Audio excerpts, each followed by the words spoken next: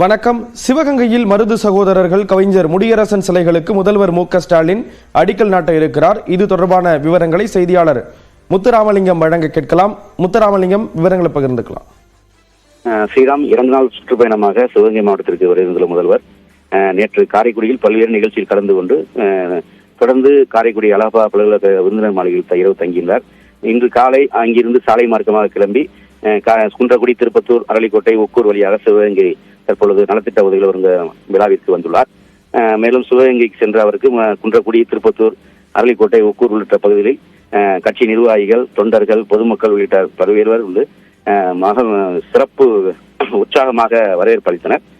சிவகங்கை செல்லும் வழியில் அரளிக்கோட்டையில் வந்து அமைச்சர் சொந்த ஊரான அரளிக்கோட்டையில் பெரியப்பன் சொந்த ஊரான அரளிக்கோட்டையில் வந்து முதல்வருக்கு உற்சாக வரவேற்பு அளிக்கப்பட்டது.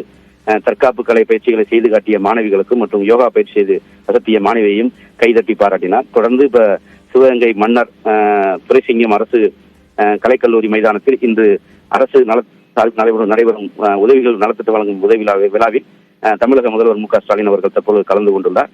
முன்னதாக அவர் காவல்துறை அணிவிப்பு மரியாதை ஏற்றுக்கொண்டு தற்பொழுது விழா மேடையில் பல்வேறு மதிப்பிலான முடிவுற்ற பல்வேறு பணிகளை தொடங்கி வைக்க இருக்கிறார். அதோடு நகரப்பட்டியில் ரூபாய் 50 லட்சம் மதிப்பில் அமைக்கப்பட்டுள்ள விடுதலை போராட்ட வீரர் வாளுக்கு வேலி சிலையுடன் கூடிய மணிமண்டபத்தை திறந்து வைக்கிறார்.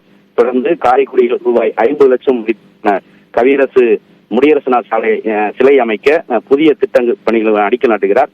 ரூபாய் 1,70,00,000 மதிப்பீட்டில் மருது பாண்டியர் திருவுருவ சிலை அமைக்க அடிக்கல் நாட்டுகிறார்.